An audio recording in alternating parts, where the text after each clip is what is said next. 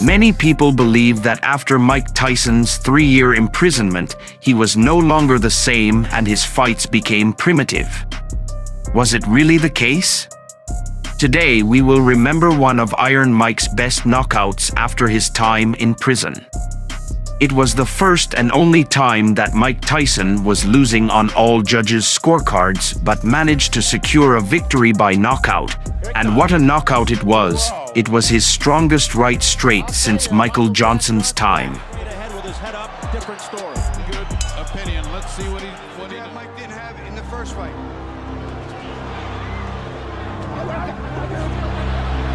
What happened here? He got bit, I think. Evander Holyfield, look out! He's pushed right here above us, Mike Tyson. In 1999, Mike Tyson was once again allowed into the ring to satisfy the audience's demand for this extraordinary boxer, who always sold tickets like hotcakes. How about the 19 months off?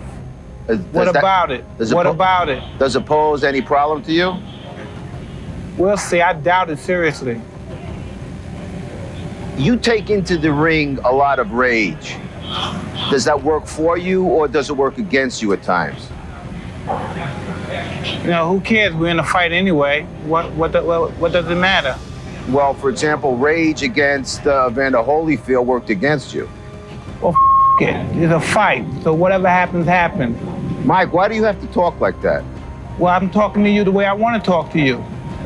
Do you have a problem? Turn off your station. You know what? I think we'll end the discussion right now. Then we could. You got it. Have a nice fight, Mike. Off. Despite losing to Evander Holyfield in 2 fights, Mike remained interesting in the eyes of the public. Boxing bosses understood this very well, and therefore Mike was forgiven for biting off a piece of Holyfield's ear. Plus, he received huge fees, on which many people profited.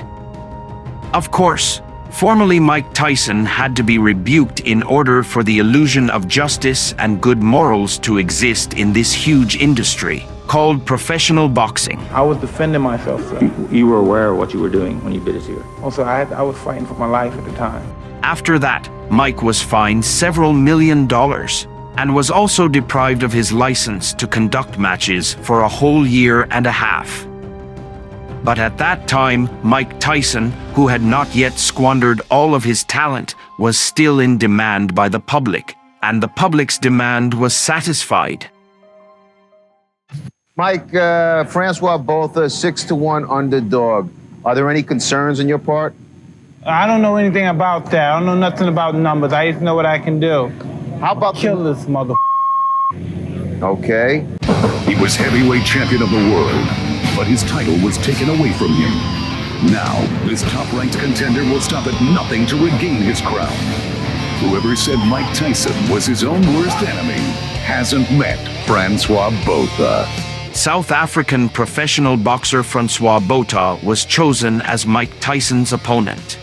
Before his fight with Mike Tyson in November 1996, the White Buffalo had a record of 39 wins, including 22 knockouts and 1 loss, which was against Michael Moorer for the IBF crown on the undercard of Mike Tyson's first contest with Evander Holyfield. He also had 1 bout declared a no contest. He goes into the ropes. He goes down.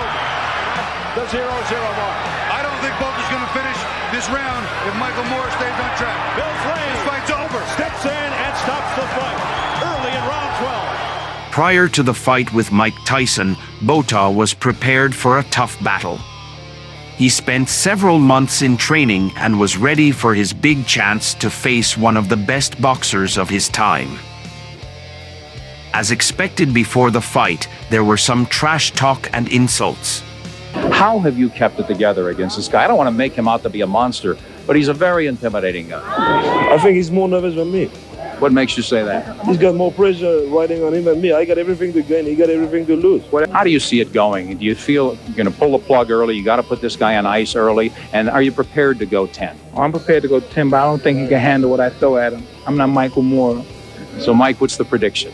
You watch me fight. devastation. At the press conference, both fighters were determined to gain an advantage in the ritual of intimidation and bravado before the fight. Y'all guys know what I do. Y'all know what I do. I put people in body bags when I'm right.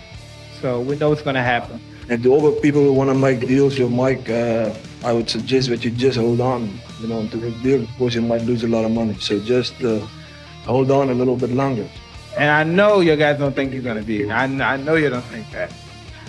Regardless of my layoff, I know no one believes that. I've been in training a long time, and I've been waiting for this opportunity all my life. And I know some of you probably don't know me, but then the ones of you that does know that I come to fight. My man beefing. We heard this 15 years. I've been doing this. We've been hearing this from different guys. We'll see. Everyone expected a quick knockout from Mike, but things didn't go as planned. Opinion. Let's see what he does. The bell for round one. The first round begins with Mike launching an attack, but Bota is not giving in and instead puts up a noticeable resistance. I just had a little deja vu called bone crusher. There's both a heavy. Mike tries to land a few of his hooks, but Bota sees through his intentions. Just like Holyfield did. And Tyson. But in the final seconds of the first round, Mike grabs Bota's right arm and starts twisting it as if he had the intention to break it, while hitting Bota with his left hand. They continue to hit after the bell. Of course, a lot of people intervene to drag the rampaging Mike away from Bota. The second round repeats and even intensifies the effect of the first round. Pressure to his arm and screaming about it. Mike tries to increase the pace, but Bota responds with the same acceleration and pays for it again with a dirty move by Mike in a second-long clinch. And screaming about it. And Tyson wants to end this thing with one punch now. And isn't it unfortunate?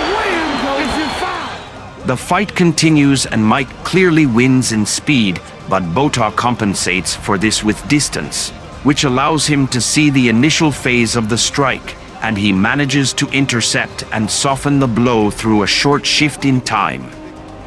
Bota is already starting to frolic and lower his hands in front of Mike, and this is already an unforgivable insolence. Jabbed in and through.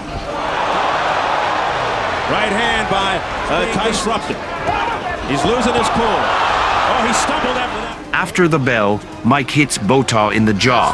Hurt. He got into the streets of Brooklyn. And again, a left hook. But Bota behaves like a true gentleman, calmly returning to his corner. Dirty tactics by both. In the third round, Bota moved in close and was occasionally successful. Most people thought Knowing the game, as a referee, I've seen many of them. There were some excellent mutual cross punches, but they missed or were not accurate enough. Remember, we've seen. In the fourth round, Bota once again started to walk in front of Mike with his hands down. But on the other hand, Bota could afford it, given his sense of distance and Mike's speed. See, here's where you stuff the jab. Step to him and stuff Look it. at him, he's toying with Tyson. Mike became more active and sharp than in the first 3 rounds, and in some places more collected. Bobby, this is not a holding round. Tyson to that right hand, and Tyson is going to be ugly and long. How you like that? In the final 5th round, Mike takes a lot of punches from Francois Bota. Recovers. To Tyson. No matter how much Bota played around, he was still facing one of the greatest boxers. And even though Mike was not the same as before, he was still Mike Tyson, not some washed-up fighter. Francois Bota finally makes a mistake, which Mike seizes upon. I mean, that is a mark of a shot fighter when you can't get off punches. At the moment of attack, Bota shifts his weight to the left with a tilt of the body, and is immediately met with a monstrous right punch that sends him crashing down. There it is. Right on. Mike steps into him, bang. He turned his whole body, his hip, his legs. That man. The punch was so powerful that you sometimes wonder how these titans of the boxing world continue to function after such blows. It's over! It's over! Mike Tyson has returned! Are you going to be more diplomatic in the future? Are you going to lose some of this anger? Long as I need respect. If you show me respect and stop writing trashy articles about me, then I'll show you respect. I'm a man. Listen, I'm not afraid to die. I'm not afraid to waste my life, because when I die, I'm going to paradise. And I'm not worried, so I'm in a hurry to die. But no one's going to disrespect me, and no one's going to write nonsense about me without me retaliating back. But despite being knocked out throughout all 5 rounds, Francois Botha declassified Mike Tyson in an open manner, which is evident as their level of competence and skills in this challenging sport contrast sharply. This was the first and only time Mike Tyson was losing on all judges' scorecards, but secured victory by knockout. But what a knockout it was!